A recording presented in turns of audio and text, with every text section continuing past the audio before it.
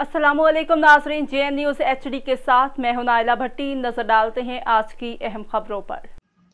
Report शराफत अली शराफत। HBL connect retailers union का इजलास आज अड्डा हरीचंद चौधरी अतीकुर रहमान के रिहाइश का पर मुनक्कद हुआ, जिसमें तहसील भर के तमाम रिटेलर्स ने शिरकत की। तमाम मेंबरान ने मुतफ़िका तौर पर चौधरी अतीकुर रहमान को सदर यूनियन, चौधरी सज्जाद अली अनवर को नायब सदर, चौधरी मोहम्मद जमील को जनरल सेक्रेटरी मुंतखब किया।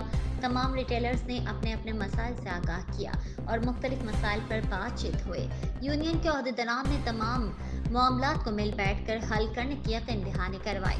बाद अज़ा मुंतखब सदर चौधरी अतीकुर रहमान ने तमाम मेंबरान का शुक्रिया अदा किया और यकीन दहानी करवाई कि वो अपने तमाम रिटेलर्स के मामलात को HBL कनेक्ट टीम और BISP टीम के साथ बाहमी मुशावरत से हल करवाएंगे और इंशाल्लाह BISP से मुस्तफीद होने वाली खवातीन को बेहतरीन सहूलियात फराहम करेंगे और इंशाल्लाह तहसील भर में HBL कनेक्ट टीम और BISP टीम मिलकर एक बेहतरीन हिकमत अमली से काम करेगी।